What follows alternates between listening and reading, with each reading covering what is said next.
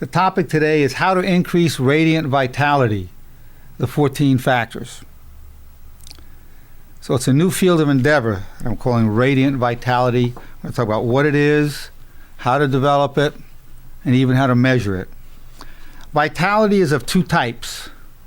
Dark vitality, which is enormous negative force poised to destroy for ignoble motives. So the darkness, a person can have a lot of vitality to destroy for negative reasons, or it can even be called evil reasons, to hurt and inflict harm. A person can have a tremendous vitality towards that. That's what I'm calling dark vitality. And radiant vitality, which is an enormous positive and constructive force poised to create and do good.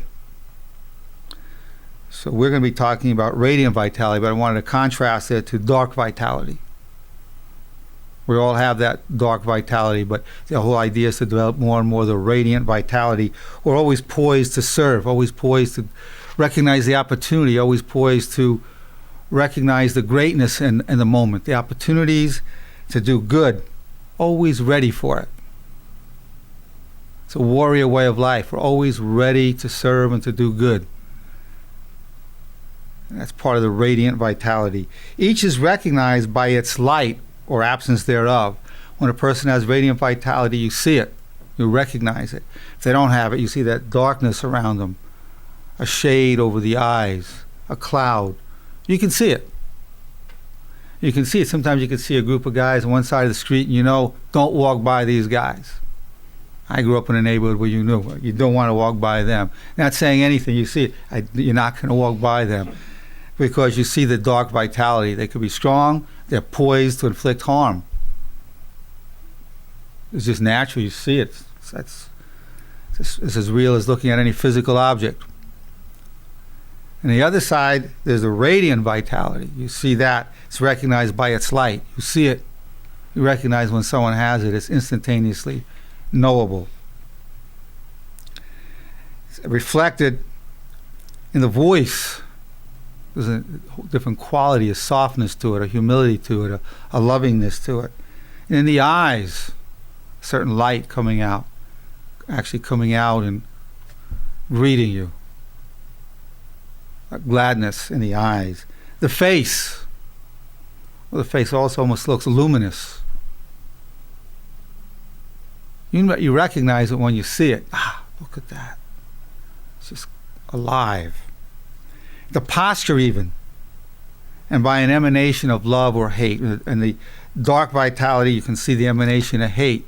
The will to destroy in a really negative way. It's not a will to destroy evil. It's a will to destroy the innocent,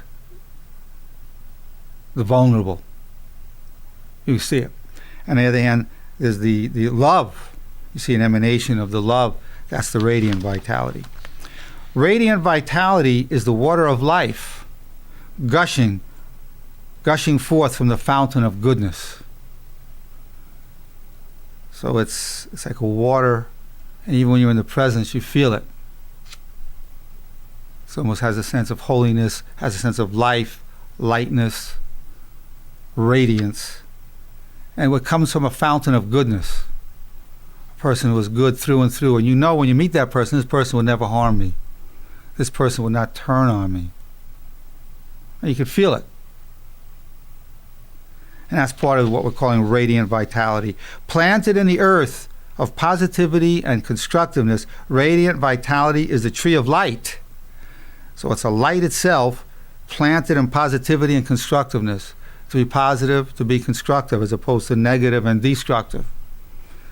It's planted there. What nourishes it? Nourished by the hunger for virtue. There is such a thing as a hunger for virtue.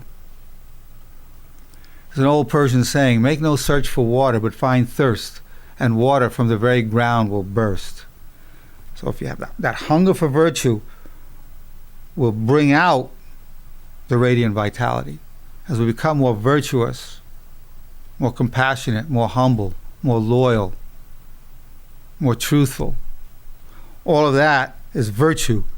And when you see a truly virtuous human being, you see it. You recognize it.